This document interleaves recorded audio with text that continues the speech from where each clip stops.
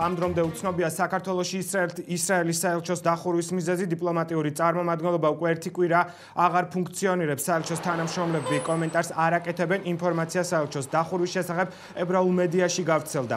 ცნობის მიხედვით ჰეზბოლას ლიდერის იმად მურნიეს ლიკვიდაციის წლისთავთან დაკავშირებით ტერაქტების საფრთხე რეალურია და დაიხურა ისრაელის საელჩო საქართველოში, თურქეთში და აზერბაიჯანში. რამდენიმე დღის წინ კი ისრაელის ანტიტერორისტულმა ბიურომ საქართველოს სომხეთი, აზერბაიჯანი და თურქეთი იმ ქვეყნების სიაში შეიყვანა, სადაც ისრაელის მოქალაქეებისთვის ჩასვლა სახიფათოა.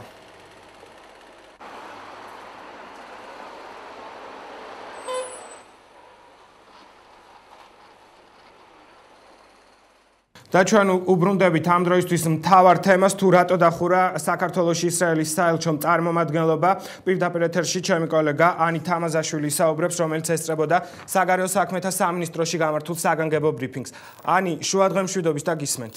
ირაკლი, ამ წუთებში დამთავრდა ბრიფინგი, გააკეთეს საგარეო საქმეთა სამინისტროში კომენტარი. ისინი უარყოფენ იმ ინფორმაციას, რომ ისრაელმა საქართველოში საელჩო დახურა.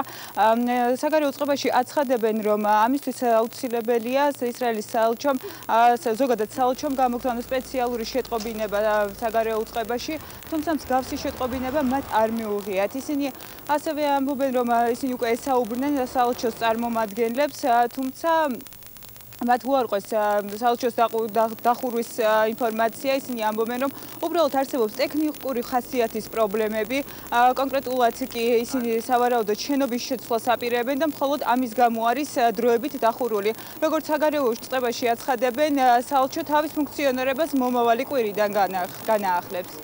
ინფორმაცია, რომელიც გავრცელდა საინფორმაციო საშუალებებით, რომ თითქოს ისრაელის საელჩო დაიხურა და შეწყვეტა თავისი საქმიანობა, არ შეესაბამება სინამდვილეს. საერთოდ დიპლომატიური ურთიერთობების პრაქტიკაში დიპლომატიური მისიის წარმომადგენლობის დახურვას თავისი პროცედურები აქვს, რომლის თანახმადაც შესაბამისი ინფორმაცია, შეტყობინება ეგზავნება მიწავყოფელ ქვეყნის საგარეო საქმეთა სამინისტროს. ამ კონკრეტულ შემთხვევაში მსგავსი ინფორმაცია შეტყობინება საგარეო საქმეთა სამინისტროში არ შემოსულა, რომედიც ჩვენ ვესაუბრეთ, მქონდა საუბარი ისრაელის საელჩოსთან, არსებობს გარკვეული ტექნიკური შეფერხებები საქმიანობაში, გარკვეული შეზღუდვები სამუშაო საათების და ჩვენი ინფორმაციით, საელჩოს ინფორმაციით, ისრაელის საელჩო მომავალი კვირიდან ჩვეულებრივ რეჟიმში გააგრძელებს მუშაობას. შეგახსენებთ, რომ საელჩოს დახურვის ინფორმაცია დღეს ისრაელის პრესაში გავრცელდა. მიზეზად კი დასახელდა ის, რომ საქართველოში მაღალია ტერორიზმის რისკი.